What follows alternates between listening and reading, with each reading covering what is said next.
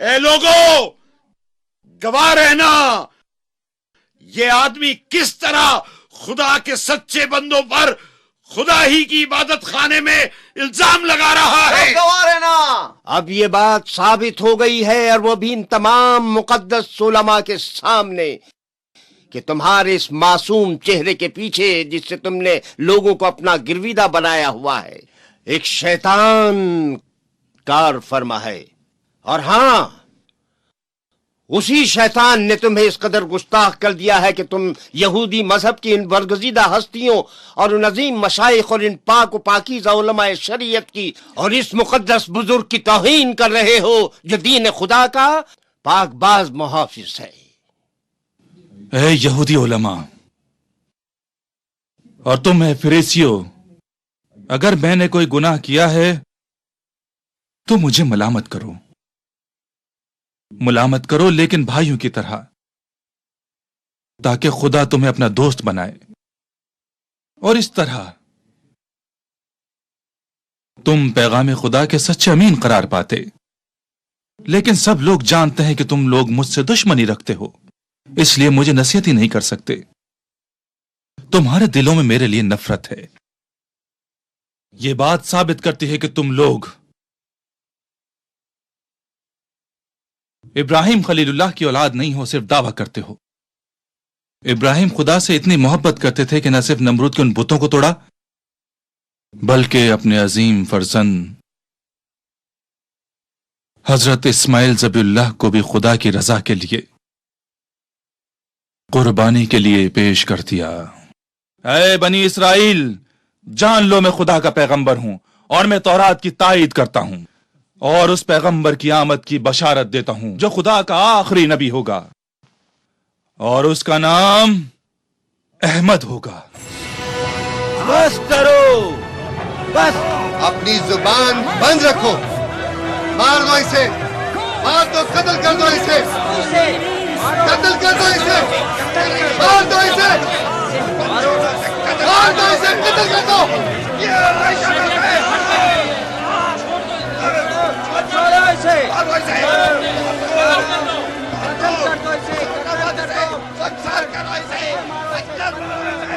یہودی علماء کی شیطانی سازش کی وجہ سے عبادت گاہ میں موجود لوگ حضرت عیسیٰ علیہ السلام کے خلاف مشتعل ہو گئے۔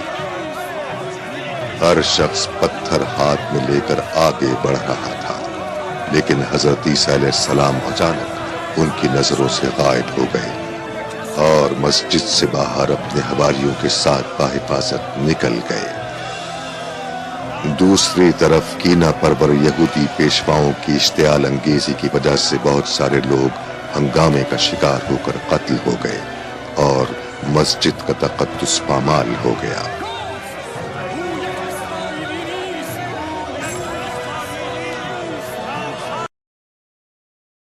عیسیٰ ابن مریم جو ہیں جی، اس پلانٹ ارتھ پہ ٹاپ کی جو ڈومیننٹ پرسنالٹیز ہیں نا جی، ان میں سے ایک ہے، اس میں کوئی شک نہیں ہے۔ اتنی غیر معمولی پرسنالٹی ہے کہ اللہ تعالیٰ نے جس طرح کے معجزات عیسیٰ ابن مریم کو دیے کسی اور پیغمبر کو نہیں دیے، انکلوڈنگ اور پروفٹ صلی اللہ علیہ وآلہ وسلم۔ آپ صلی اللہ علیہ وآلہ وسلم کی جو اوور آل فضیلت تمام انبیاء کے اوپر وہ اسٹیبلش ہے، لیکن چند ایک خوبیاں ایسی ہیں جو اللہ تعالیٰ نے مختلف پیغمبروں میں بانٹ دی ہیں۔ مثلا موسیٰ علیہ السلام کو اللہ تعالیٰ نے وہ خوبی دی جو اور کسی پیغمبر کو نہیں دی، کہ اس پلانٹ ارتھ پہ ایک ہی شخص ہے جس سے اللہ نے کلام کیا، وَكَلَّمَ اللَّهُ مُوسَىٰ تَكْلِيمًا۔ باقی انبیاء کی طرف وہی آئی ہے۔ ہاں، شب معراج آسمانوں پہ ہمارے نبی کے ساتھ بھی ڈائریکٹ کلام ہوا ہے، لیکن اس دنیا پہ نہیں، شب معراج، وہ بھی آسمانوں پہ۔ موسیٰ علیہ السلام کو اللہ نے فضیلت دی۔ بخاری مسلم میں آیا ہے کہ قیامت والے دن سب لوگ ننگے اٹھائے جائیں گے، سب سے پہلے ابراہیم خلیل اللہ کو لباس پہنایا جائے گا۔ اب یہ وہ جزوی فضیلت ہے جو سیدنا ابراہیم علیہ السلام کو تمام انبیاء پہ حاصل ہے۔ حضرت آدم علیہ السلام کو بغیر ماں اور بغیر باپ کے اللہ تعالیٰ نے پیدا کیا. یہ فضیلت کسی پیغمبر کو بھی حاصل نہیں ہے. ہمارے نبی علیہ السلام کو صحیح مسلم میں آیا کہ اللہ تبارک و تعالیٰ نے جب شب معراج کے موقع پر انبیاء کرام کو جمع فرمایا یروشلم ایلیا میں بیت المقدس کے اندر، تو وہاں پر آپ نے امامت فرمائی انبیاء کرام علیہ السلام کی. یہ ایک اناؤنسمنٹ تھی اوور آل فضیلت کی، جو قرآن میں آیا تلک الرسل فضلنا بعضهم علی بعض. یہ اللہ کے رسول ہیں، بعض کو بعض پہ اللہ نے فضیلت دی ہے.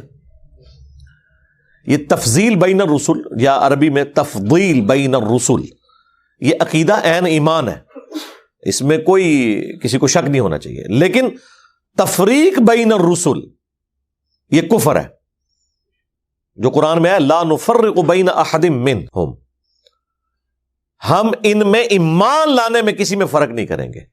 ہمارے لیے عیسیٰ ابن مریم کو پیغمبر ماننا بھی اتنا ہی ضروری ہے جتنا کہ محمد رسول اللہ کو صلی اللہ علیہ وآلہ وسلم.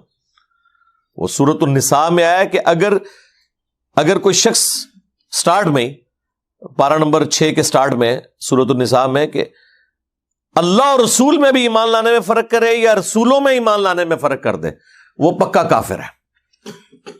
کہ ہم بعض پیغمبروں کو مانیں گے بعض کو نہیں مانیں گے، یا اللہ کو مانیں گے پیغمبروں کو نہیں مانیں گے، یا اپنے مرضی کے پیغمبروں کو مانیں گے باقیوں کو نہیں مانیں گے. جس طرح یہودیوں نے دیکھیں جیزس کرائسٹ کا انکار کر دیا اور کافر ہو گئے، حالانکہ پروفیسیز موجود تھیں ان کی کتابوں میں کہ ایک مسایہ آئیں گے. وہ مسایہ آئے، وہ ان کی حرام خوریوں کے اوپر مولویوں کو پادریوں کو بتاتے رہے، یروشلم میں لیکچرز دیتے رہے. لیکن وہی بات ہے کہ بھئی 80-90 سال کے جو بڈھے ہیں ان کے سامنے اگر ایک 25 سال کا کالی داڑھی والا نوجوان کھڑے ہو کے یہ کہے کہ حرام خوریاں چھوڑ دو، ٹھیک ہے، وہ تو کہتے تھے ہم تو بنی اسرائیل میں سے کسٹوڈین ہے، اس گدی کے اوپر بیٹھے ہوئے ہیں، ہیکل سلیمانی کے وارث ہم ہیں. اور ان کو حضرت عیسیٰ ابن مریم کے واز کیسے ہضم ہوں گے جبکہ وہ چن چن کے غلطیاں ان کی نکالتے تھے. میٹھی میٹھی باتیں تو نہیں تارے جمیسا والی انہوں نے کی ادھر، ورنہ تو سارے گلے لگا لیتے. وہ تو کہتے تم حرام خور ہو، سود خور ہو، اشرافیہ کے لیے تم نے اور قوانین بنائے ہوئے ہیں، عوام الناس کے لیے اور قوانین بنائے ہوئے ہیں، اپنے آپ کو کسٹوڈین کہتے ہو حضرت یعقوب علیہ السلام کی نسل کا، بنو اسرائیل کا، اور کرتوت تمہارے جو ہیں وہ شیاطین والے ہیں. سموچے اونٹ نکل جاتے ہو اور مچھر چھانتے رہتے ہو. اے لوگوں، گواہ رہنا یہ آدمی کس طرح خدا کے سچے بندوں پر خدا ہی کی عبادت خانے میں الزام لگا رہا ہے. گواہ رہنا اب یہ بات ثابت ہو گئی ہے، اور وہ بھی ان تمام مقدس علماء کے سامنے، کہ تمہارے اس معصوم چہرے کے پیچھے جس سے تم نے لوگوں کو اپنا گرویدہ بنایا ہوا ہے، ایک شیطان کار فرما ہے. اور ہاں، اسی شیطان نے تمہیں اس قدر گستاخ کر دیا ہے کہ تم یہودی مذہب کی ان برگزیدہ ہستیوں اور ان عظیم مشائخ اور ان پاک و پاکیزہ علماء شریعت کی اور اس مقدس بزرگ کی توہین کر رہے ہو جو دین خدا کا پاک باز محافظ ہے. اے یہودی علماء اور تم اے فریسیو، اگر میں نے کوئی گناہ کیا ہے تو مجھے ملامت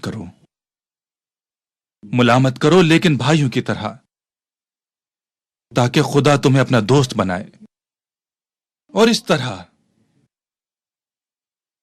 تم پیغام خدا کے سچے امین قرار پاتے. لیکن سب لوگ جانتے ہیں کہ تم لوگ مجھ سے دشمنی رکھتے ہو، اس لیے مجھے نصیحت ہی نہیں کر سکتے. تمہارے دلوں میں میرے لیے نفرت ہے. یہ بات ثابت کرتی ہے کہ تم لوگ ابراہیم خلیل اللہ کی اولاد نہیں ہو، صرف دعویٰ کرتے ہو. ابراہیم خدا سے اتنی محبت کرتے تھے کہ نہ صرف نمرود کے ان بتوں کو توڑا، بلکہ اپنے عظیم فرزند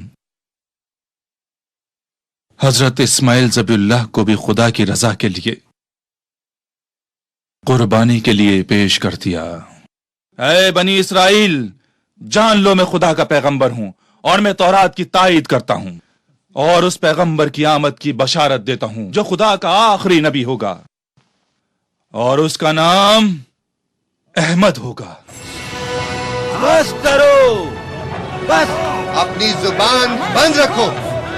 مار دو اسے, مار دو, قتل کر دو اسے, قتل کر دو اسے, مار دو اسے, مار دو اسے, قتل کر دو.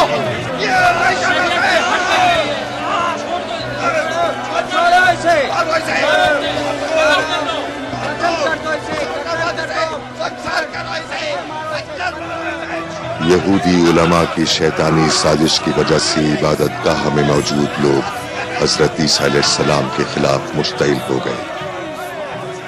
ہر شخص پتھر ہاتھ میں لے کر آگے بڑھ رہا تھا, لیکن حضرت عیسیٰ علیہ السلام اچانک ان کی نظروں سے غائب ہو گئے اور مسجد سے باہر اپنے حواریوں کے ساتھ بحفاظت نکل گئے.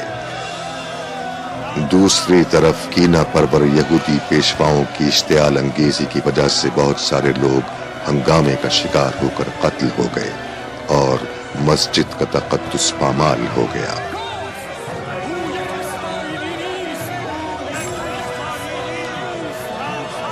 اب اس طرح کی جو کڑوی کڑوی باتیں ہیں, اختلافی موضوعات جو ہیں, یہ کون سن سکتا ہے؟ انہوں نے کہا جی ان کو قتل کریں گے. ہم قتل کے فتوے جاری کر دیے. اللہ تعالیٰ نے معجزانہ طور پر عیسیٰ ابن مریم کو آسمانوں پہ اٹھا لیا.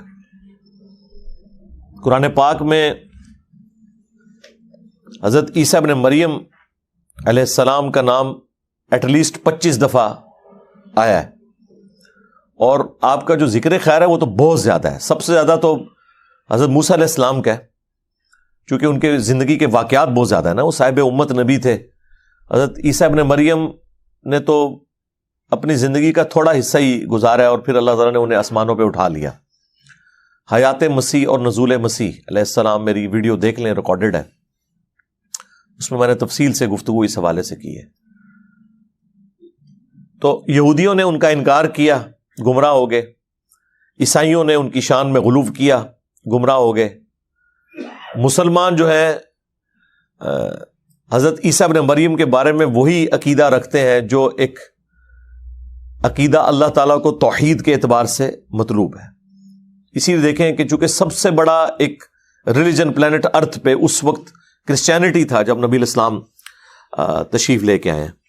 آج بھی ہے لیکن وہ نام نہاد ہی رہ گیا. اس وقت تو واقعی وہ پریکٹسنگ تھے, اور پھر نبی الاسلام کے بعد بھی کئی سو سال تک مسلمانوں کی جنگیں ان سے ہوتی رہی ہیں. پھر صلیبی جنگوں کا سلسلہ شروع ہوا. وہ بنیادی یعنی مذہب تھی. آج تو اس طرح یہ لوگ مذہبی نہیں رہے, سیکولر ہو چکے میں, اور اکثر یہ تو ایتھیسٹ ہو چکے میں. لیکن اس وقت تو یہ بہت مذہبی لوگ تھے. اس لیے قرآن پاک میں نبی الاسلام کو باقاعدہ ایجوکیٹ کیا گیا. سورہ آل عمران کا جو سٹارٹ ہے, آلموسٹ 70-80 آیات جو ہیں وہ نبی الاسلام کو نجران کے جو پادری تھے ان کے آنے سے پہلے ایجوکیٹ کیا گیا, کیونکہ انہیں تو سمجھ آ گئی تھی کہ یہ کوئی دعوت کھڑی ہوئی ہے. تو وہ وفد پورا لے کے آئے تھے یہ کنفرم کرنے کے لیے کہ یہ واقعی اللہ کے پیغمبر ہیں یا نہیں ہیں. تو آپ دیکھ لیں نبی الاسلام نے سارے دلائل رکھے, اس کے باوجود وہ جب بات نہیں ماننی کسی نے تو ٹامک ٹوئیاں کرنی شروع کر دی. آج بھی آپ دیکھ لیں مولویوں کے سامنے آپ آیات رکھیں, حدیث رکھیں, کوئی نہیں بات مانتے. یہ ایٹیچیوڈ وہی ہے جو علماء یہود کا, علماء نصارہ کا تھا. چونکہ نبی الاسلام کو تو اللہ نے منوانا تھا, تو پھر سورہ آل عمران میں 61 نمبر آیت نازل ہوئی کہ اے نبی اب آخری حال یہ ہے کہ ان کے ساتھ مباہلہ کیا جائے گا, اور یہ نبی نہیں کرنا ہوتا ہے. ظاہر نبی کو تو اللہ نے منوانا ہے نا دنیا پہ. میرا اور آپ کا کام نہیں ہے کہ ہم جا کے موبائلیں کریں. یہاں پہ لوگ موبائلوں کا ایک دوسرے کو چیلنج کرتے رہتے ہیں. بھائی ہم نے تو گیون سرکمسٹانسز میں جو پیغمبر کی بات ہے وہ سامنے رکھنی ہے. کسی کو موبائلیں کرنے کا شوق ہے, جا کے ہندوؤں سے موبائلیں کرو, کرسچن سے کرو, ان سے تو کوئی نہیں کرتا. مسلمان ایک دوسرے کو چیلنج دے رہے ہوتے ہیں کہ جی میرے ساتھ موبائلہ کرو, اندازہ کرو. تو یہ اسپیسیفکلی نبی کا ایک خاصہ ہے, اور وہ اللہ تبارک و تعالیٰ نے ایسا روب ڈالا جب سورہ آل عمران کی آیت نمبر 61 نازل ہوئی کہ اے نبی ان سے فرماؤ کہ اپنے بیٹوں کو تم لے آؤ, ہم بھی اپنے بیٹوں کو لے آتے ہیں, تم بھی اپنی عورتوں کو لے آؤ, ہم بھی اپنی عورتوں کو لے آتے ہیں, تم خود آ جاؤ, ہم بھی خود آتے ہیں, اور پھر کھلے میدان میں اللہ کے حضور گڑگڑاتے ہیں کہ جو جھوٹا ہے اس پہ اللہ کی لعنت ہو. تو نبی الاسلام صحیح مسلم میں پھر اس کی تفصیل ہے، قرآن میں تو اتنا ہی موجود ہے، مسلم شریف میں آیا کہ نبی الاسلام پھر سیدنا علی، حسن، حسین اور سیدہ فاطمہ کو اپنے ساتھ لے کر علیہم السلام اجمعین مباہلے کے لیے گئے. حالانکہ نبی الاسلام کی اس وقت کم از کم 9 بیویاں تو تھیں، آپ کسی کو نہیں ساتھ لے کے گئے. اس میں تھا عورتوں کو لے آؤ، تو عورتوں میں تو سب سے پہلے نبی الاسلام کی بیویوں کو جانا چاہیے تھا، کوئی بھی نہیں گئی، نبی الاسلام نہیں لے کے گئے، چونکہ یہ اسپیسیفکلی پروٹوکول ان اہل البیت کے لیے تھا جن کو نبی الاسلام نے اسپیشل پروٹوکول دیا. اللہ تعالیٰ نے ان کے ذریعے حضور کی نسل چلانی تھی. اور کھلے میدان میں جب پہنچے تو وہ مباہلے سے بھاگ گئے. انہیں سمجھ آ گئی کہ ہم مباہلہ کریں گے تو تباہی ہوگی، جس طرح کیسر روم کو بھی سمجھ آ گئی تھی کہ یہ اللہ کے پیغمبر ہیں. وہ اپنی دنیاوی منفعت کی خاطر قبول نہیں کر سکا دعوت، ادروائز سمجھ تو اسے بھی آ گئی تھی. تو سورہ آل عمران میں اللہ تعالیٰ نے عیسیٰ ابن مریم کا تفصیلی ذکر کیا. سورۃ المائدہ میں کافی تفصیل کے ساتھ ان کے جو غلط عقائد ہیں انہیں اسپیسیفکلی ہائی لائٹ کیا گیا. اور سورۃ المائدہ آلموسٹ آپ سمجھ لیں وہ آخری سورت ہے جو اہل کتاب کے ساتھ ڈیل کرتی ہے. یہ فائنل ورڈکٹ تھا، اس لیے آپ اس میں جو الفاظ ہیں نا وہ تو پورا 1 گھنٹہ اور لگ جائے گا اگر میں کراس ریفرنسز دینے شروع کروں. جس طریقے سے اللہ تعالیٰ نے جیوز کو اور اسپیسیفکلی کرسچنس کو خطاب کیا ہے کہ رسولوں کے سلسلے کے بعد، یعنی ایک رک جانے کے بعد، ایک فطرت کے پیریڈ کے بعد جو یہ نبی الاسلام تشریف لے آئے ہیں، قد جاءکم من اللہ نور و کتاب مبین، بے شک تمہارے پاس اللہ تعالیٰ کی طرف سے ایک نور اور کتاب مبین آ گئی ہے. اور پھر ان کے عقائد کا رد جس طرح کیا، لقد کفر الذین قالوا ان اللہ هو المسیح ابن مریم، وہ کھلا کفر کر رہے ہیں جو کہہ رہے ہیں کہ اللہ ہی عیسیٰ ابن مریم ہے اور عیسیٰ ابن مریم ہی اللہ ہے، اور تم اللہ کا کیا بگاڑ لوگے اگر اللہ ارادہ کرے عیسیٰ کو، ان کی ماں کو اور جتنے زمین میں آباد ہیں انہیں ہلاک کر دے. اور پھر آگے چل کے سورۃ المائدہ ہی میں اللہ تعالیٰ نے فرمایا کہ لقد کفر الذین قالوا ان اللہ هو المسیح ابن مریم، وہ لوگ کھلا کفر کر رہے ہیں جو کہہ رہے ہیں کہ اللہ ہی عیسیٰ ابن مریم ہے. وقال المسیح، جبکہ مسیح تو خود کہا کرتے تھے یا بنی اسرائیل، اے اولاد یعقوب، اعبدوا اللہ ربی و ربکم، عبادت کرو اس رب کی جو میرا بھی رب ہے اور تمہارا بھی رب ہے.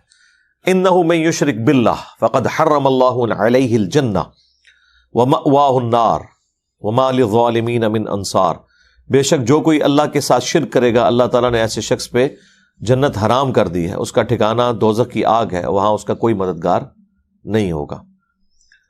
پھر سورۃ المائدہ ہی میں آگے چل کے اللہ تعالیٰ نے فرمایا کہ عیسیٰ اور ان کی ماں دونوں کھانا کھانے کے محتاج تھے. ایسوں کو اپنا مشکل کشا مانے ہوئے ہو تم، جو نہ تمہارے نقصان کے مالک ہیں نہ نفع کے. اسی پہ میں نے تو بولا تھا نا کہ عیسیٰ ابن مریم کا اگر یہ سٹیٹس ہے اور ان کی والدہ جو اولیاء کی سردار ہیں سیدہ مریم سلام اللہ علیہا، اگر ان کا یہ سٹیٹس ہے تو تواڈے بابے تے شاہی کوئی نہیں.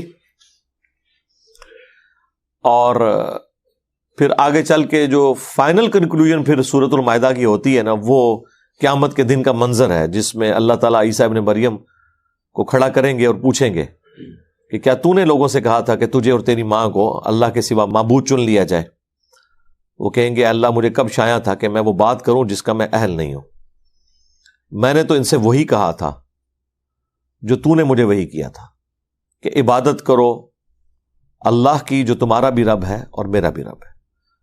اور بالفرض اگر میں نے کوئی ایسی بات کی تھی تو اے اللہ وہ تو جانتا ہے، جو تیرے جی میں ہے وہ میں نہیں جانتا، جو میرے جی میں ہے وہ تو جانتا ہے. یعنی اگر میرے دل میں بھی کہیں کوئی ایسی لالچ تھی تو تیرے علم میں ہے. میں ان پر گواہ تھا جب تک ان میں موجود تھا، جب تو نے مجھے اٹھا لیا تو ہی ان پر گواہ تھا. اب یہ تیرے بندے ہیں، چاہے انہیں بخش دے چاہے ان کے ساتھ عذاب والا معاملہ فرمائے. تو اللہ تعالیٰ فرمائے گا آج کا وہ دن ہے جس دن سچوں کو ان کا عقیدہ ہی فائدہ دے گا. یعنی عیسیٰ ابن مریم تو اعلان برات کر دیں گے اپنے ماننے والوں سے جو اس حوالے سے ان کے بارے میں غلط عقائد کلیم کیے ہیں. پھر جو ان کا مرزانہ پیدائش کا ذکر ہے وہ سورہ آل عمران کے اندر ہے اور پھر سورہ مریم میں. بغیر باپ کے پیدا کیا اللہ تعالیٰ نے انہیں، اسی لیے سورۃ النساء میں اللہ تعالیٰ نے فرمایا یہ روح من، اللہ کی طرف سے خاص روح ہے. یعنی اللہ کی روح سے مراد اللہ کی پیدا کردہ مخلوق روح. اللہ تو خود روح سے پاک ہے نا، اللہ کی زندگی کی تو مثال ہی نہیں بیان کی جا سکتی. اور پھر سورہ الزخرف میں آیا کہ عیسیٰ ابن مریم قیامت کی خبر ہے. اور سورہ آل عمران میں ذکر آیا کہ اللہ تعالیٰ نے انہیں اوپر اٹھا لیا اور ان کے خلاف مکر کرنے والے لوگوں کو ذلیل و خوار کیا. واللہ خیر الماکرین، اللہ کی خفیہ تدبیر سب سے بہتر تھی. اور سورۃ النساء میں تو بڑی یعنی تفصیل کے ساتھ اس چیز کو ڈسکس کیا. وما قتلوہ وما صلبوہ ولکن شبہ لہم، نہ تو وہ قتل کیے گئے نہ صلیب دیے گئے بلکہ معاملہ مشتبہ ہو گیا، ایمبیگوس ہو گیا. اور پھر اللہ تعالیٰ نے فرمایا بلکہ اللہ نے انہیں اپنی طرف اٹھا لیا اور اہل کتاب میں سے کوئی نہیں بچے گا مگر یہ کہ وہ ان کی موت سے پہلے ان پر ایمان لے آئے گا. اور اس کے اندر آپ کا دنیا میں دوبارہ آنے کا ذکر بھی موجود ہے، کیونکہ اسی آیت کے کانٹیکسٹ میں بخاری مسلم میں حضرت ابو ہریرہ رضی اللہ تعالیٰ عنہ کی حدیث ہے کہ جب عیسیٰ ابن مریم دنیا میں دوبارہ آئیں گے تو سب لوگ ان پر ایمان لے آئیں گے. اور اس کا ذکر اس آیت میں پھر وہ حضرت ابو ہریرہ وہ آیت تلاوت کیا کرتے تھے. اس ٹاپک پہ میں تفصیلی، یہ غامدی صاحب نے جتنے چوہے چھوڑے ہیں نا، میں نے لاجیکل جواب ایک ایک بات کا دیا، ٹھیک ہے نا. ایک صرف اس طرح ہاتھ کر کے یا کوئی اپنا کوئی ایک نظریہ پیش کر کے نہیں بات ہوتی. بات وہ ہوگی جو ریٹن میں ہے موجود کہیں پہ. آپ نے اپنی خواہشات کا نام دین رکھنا ہے تو وہ تو میرے بھائی تمام مکاتب فکر نے اپنی خواہشات کا نام دین رکھا ہوا ہے. جو تصوف کے ماننے والے ہیں انہیں اس میں مزہ آتا ہے، جو بتوں کے پجاری ہیں ان کو اس میں مزہ آتا ہے. یہ دین تو ایک علم کی دنیا ہے. علم کی دنیا میں آپ قرآن، سنت، اجماع امت، یہ تین مین دلائل ہیں جس کو لے کے سارے معاملات کو لے کے چلتے ہیں. تو میں نے ایک ایک چیز کا جواب دیا ہے اس میں. اور پھر اللہ تعالیٰ نے سورۃ النساء میں جس طریقے سے جھنجھوڑا ہے نا، ان کا وہم نکالا ہے کرسچنز کا کہ عیسیٰ ابن مریم کبھی آر محسوس نہیں کریں گے اس بات سے کہ انہیں کوئی کہے کہ وہ اللہ کے بندے ہیں. یعنی پیغمبروں کا یہ فخر ہے کہ وہ اپنے آپ کو اللہ کا بندہ سمجھے. یہاں تو عام مولوی نہیں ہے سننے کے لیے تیار. آج تک کسی مولوی کے ساتھ اشتہار پہ لکھا ہوا آپ نے پایا ہے اللہ کا بندہ مولانا فلاں؟ یہ لکھ کے بھی دیکھ لیں. وہ اتنی دمے سال لگواتے ہیں، شیخ الحدیث، استاذ العلماء، علماء کے بھی استاد. اور علماء کو کیا مدرسوں میں سکھاتے ہیں وہ ویڈیو لیکس میں پتہ چلتا رہتا ہے. یہ ان علماء کے استاد اللہ ماشاءاللہ اچھے لوگ بھی ہیں. اب مجھ سے نہیں آپ نے پوچھنا کون سے ہیں، میں کسی کی کوئی گارنٹی نہیں دیتا. تو اللہ تعالیٰ ہمارا کہ عیسیٰ ابن مریم اس بات سے آر محسوس نہیں کریں گے کہ انہیں اللہ کا بندہ کہا جائے، اور نہ کوئی مقرر فرشتہ. اور یہاں پہ اللہ نے اکتفا نہیں کیا سورہ نساء میں. پھر اللہ تعالیٰ نے فرمایا اگر کوئی اس بات سے آر محسوس کرے گا نا کہ وہ اللہ کا بندہ ہے، یعنی وہ کوئی اور ہی کچھ بننا چاہتا ہے، تو قیامت والے دن ہم ان کو پھر جمع کر لیں گے. اور جو لوگ بھی اگر اس قسم کے ہوں گے اللہ تعالیٰ فرماتا ہے ہم انہیں عذاب دیں گے. لیکن یہ سمجھانے کے لیے تھا، یہ نہیں تھا کہ پریکٹیکلی انبیاء کے کیس میں ایسا ہونا ہے. بیسیکلی انبیاء کو سینٹر کرتے ہوئے اللہ تعالیٰ باقی لوگوں تک میسج پہنچاتا ہے کہ تجھے تو شاہی کوئی نہیں. یہ بتانا چاہ رہا ہوتا ہے کہ اگر انبیاء کا یہ سٹیٹس ہے نا تو تجھے تو شاہی کوئی نہیں، تو اڑے بابے شاہی کوئی نہیں، اگر انبیاء کے لیے ہم یہ بات کر رہے ہیں. پھر سورہ المائدہ میں اور سورہ آل عمران کے اندر جو غیر معمولی معجزات عیسیٰ ابن مریم کے آئے ہیں، یعنی مردوں کو زندہ کر دینا اللہ کے اذن سے، اور جو اندھے تھے، کوڑی کے مریض تھے، ان کو شفا دے دینا اللہ کے اذن سے، اور پھر مٹی کی مورت وہ بناتے تھے اور اس میں پھونک مارتے تھے اور وہ اللہ کے اذن سے پرندہ بن جاتی تھی. یہ بڑے غیر معمولی معجزات ہیں، یہ کسی اور پیغمبر کے حق میں نہیں ہے جو عیسیٰ ابن مریم کو. کیونکہ اللہ تعالیٰ نے فرمایا کہ ہم سورہ مریم میں اور آل عمران میں کہ مریم کو پہلے بشارت دی تھی کہ ہم تجھے اور تیرے اس بچے کو جہان والوں کے لیے نشانی بنائیں گے. یعنی یہ اتنی ایکسٹراآرڈنری پرسنالٹی، پیدائش معجزانہ، دنیا سے اٹھایا جانا معجزانہ، اور معجزات تو بے شمار، اور پھر دنیا میں دوبارہ تشریف لانا، یہ بھی ایک معجزانہ بات ہے۔ کوئی شخص جو دنیا سے چلا گیا وہ واپس نہیں آئے گا، چونکہ وہ بغیر موت کے گئے ہوئے ہیں، اس لیے وہ قرآن کا رول نہیں ٹوٹتا۔ قرآن میں جو سورہ یاسین میں یا سورہ الواقعہ میں آیا نا کہ جو مر گیا وہ واپس نہیں آئے گا، جو موت کے ساتھ دنیا سے گیا۔ عیسیٰ ابن مریم موت کے ساتھ نہیں گئے، وہ زندہ اٹھائے گئے، اس لیے واپس آئیں گے، اور پھر 40 سال تک یہاں پہ رہیں گے۔ جامع ترمذی میں حدیث ہے کہ وہ قبر رسول کے ساتھ دفن ہوں گے۔ بخاری مسلم میں حدیث ہے صلیب کو توڑ دیں گے، خنزیر کو قتل کر دیں گے، جزیہ موقوف کر دیں گے، دنیا میں امن ہو جائے گا، اور کرسچنز اسلام قبول کر لیں گے۔ اور کرسچنز بھی اسی انتظار میں کہ انہوں نے دنیا میں آنا ہے، اور مسلمان بھی اسی انتظار میں، سب کوئی یعنی اپنے اپنے اعتبار سے امید ہے۔ اب مجھے بتائیں کسی مسلمان کو 1% بھی کبھی وہم آتا ہے کہ یہ جو کرسچنز امید لگا کے بیٹھے ہوئے ہیں کہ ان کی مرضی کے مطابق وہ یہاں پہ وہ 3 خداؤں کا عقیدہ پھیلائیں گے، کیا کسی مسلمان کو وہم بھی آتا ہے کہ یہ لوگ ٹھیک کہہ رہے ہیں 2.25 ارب؟ نہیں آتا نا۔ بس سرکار 2.25 ارب کرسچنز اگر آپ کو غلط عقیدہ عیسیٰ ابن مریم کے بارے میں بتائیں تو ایک جاہل مسلمان بھی ماننے کے لیے تیار نہیں ہے، اگرچہ وہ تعداد میں 2.25 ارب ہے، مسلمانوں سے بھی زیادہ ہے۔ تو سرکار آپ کے فرقہ تو کوئی بھی 2.25 ارب نہیں ہے، آپ تو ٹوٹل 1.25 ارب ہیں، ان میں بھی فرقے بنائے تو کروڑوں میں ہے۔ تو آپ کے کروڑوں فرقوں اور ان کے لاکھوں علماء کی وجہ سے اگر کوئی مجھے کہے کہ نبی علیہ السلام کے بارے میں آپ نے یہ عقیدہ رکھنا ہے، مروی کو فرق نہیں پہنتا، میں تو وہی مانوں گا عقیدہ جو قرآن و سنت میں لکھا ہوا ہے۔ جس طرح کہ عیسیٰ ابن مریم کے بارے میں قرآن و سنت میں جو عقیدہ لکھا ہوا ہے اس کے خلاف 2.25 ارب کرسچنز کا دعویٰ آپ جوتے کی نوک پہ رکھتے ہیں۔ آپ کہتے ہیں نہیں یہ قرآن و سنت کے خلاف ہے، قرآن تو واضح ہے، قل هو اللہ احد اللہ الصمد لم یلد ولم یولد ولم یکن لہ کفوا احد۔ قرآن تو واضح ہے اس عقیدے میں کہ اللہ کا نہ کوئی بیٹا ہے اور نہ اس کا کوئی باپ ہے، اور پھر سورہ مریم میں جس شان سے آیا کہ قریب آسمان پھٹ پڑے اور زمین شک ہو جائے اور پہاڑ ریزہ ریزہ ہو جائیں، ان دعوا للرحمن ولدا، کہ انہوں نے رحمان کے لیے بیٹا تجویز کیا، تو آپ کہتے ہیں ہم تو قطعاً ماننے کے لیے تیار نہیں ہیں۔ تو بھائی 2.25 ارب لوگوں کی چیخو پکار آپ سننے کے لیے تیار نہیں ہیں، تو آپ کروڑوں میں بھی ہو، ہم آپ کی چیخوں کو کبھی خاطر میں نہیں لائیں گے۔ رسول اللہ کے بارے میں کوئی ایسا عقیدہ رکھنے کے اعتبار سے جو نبی علیہ السلام کی تعلیم کردہ تعلیمات قرآن و سنت کی شکل میں جو ہمارے پاس موجود ہیں ان کے خلاف ہو، سمپل ہے۔ آلریڈی یہ بھی تو یہی کچھ کر رہے ہیں نا، سارے مسلمان یہی کر رہے ہیں۔ تو ان لوگوں کی دھونس جس طرح آپ پہ اثر نہیں کرتی، اس طرح آپ کے علماء کی دھونس بھی ہم پہ کوئی اثر نہیں کرتی۔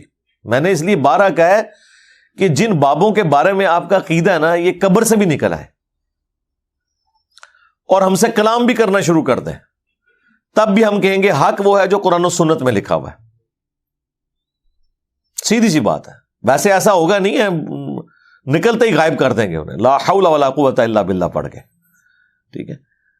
لیکن میں یہ سمجھانے کے لیے کہہ رہا ہوں کہ اگر ایسا ہو بھی جائے تو کوئی فرق نہیں پڑتا۔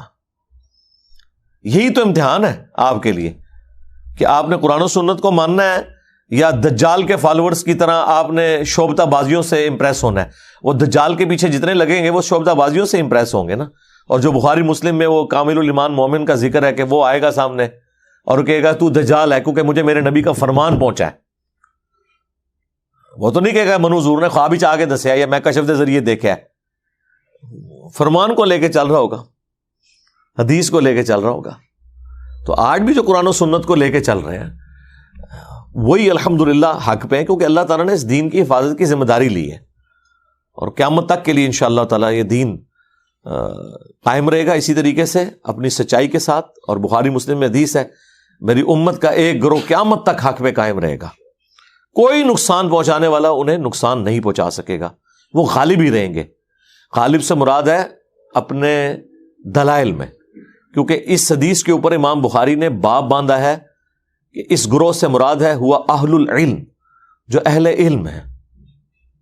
تو علم تو دیکھ لیں ان کی موت ہے، ذرا سی علمی بات کریں. یقین کریں یہ میں کوئی تکبر کے طور پہ بات نہیں کر رہا، میں آپ کو ریئل اپنی کیفیت بتا رہا ہوں. میری کوشش ہوتی ہے کہ میں مخالف علماء کی نا ویڈیوز لگا کے نا سنوں کہ یہ کیا کہتے ہیں. تو جب کبھی بھی میں نے کوئی ویڈیو لگائی ہے نا تو 5 منٹ کے بعد نہ میں بند کرنے میں مجبور ہو جاتا ہوں. نہ کوئی آیت پیش کرتے ہیں، نہ کوئی حدیث پیش کرتے ہیں. ہمارے نزدیک یہ ہے. اب مجھے بتائیں جب کوئی ایسا بیان کر رہا ہے تو آپ کو کوفتی ہوگی. پھر اینڈ پہ میں اپنی ویڈیو خود ہی لگا کے بیٹھ جاتا ہوں اور پھر میں اسے انجوائے کرتا ہوں. ہم تو صرف عرض کرتے ہیں کہ مرنے سے پہلے اے مسلمان کر لے اس پہ غور. کتابوں کا خدا اور ہے اور ان بابوں کا اور ان کے بابوں کا خدا اور. اگرچہ وہ اسی خدا کو مانتے تھے، وہ تو ہندو بھی اسی خدا کو مانتے ہیں، لیکن ان تعلیمات کے ساتھ مانے جو اس شخص پہ نازل ہوئی ہیں جس کی قبر مدینے میں ہے. صلو علی محمد و آل محمد، اللہم صلی علی محمد و علی آل محمد و اصحاب محمد و ازواج محمد اجمعین الی یوم الدین.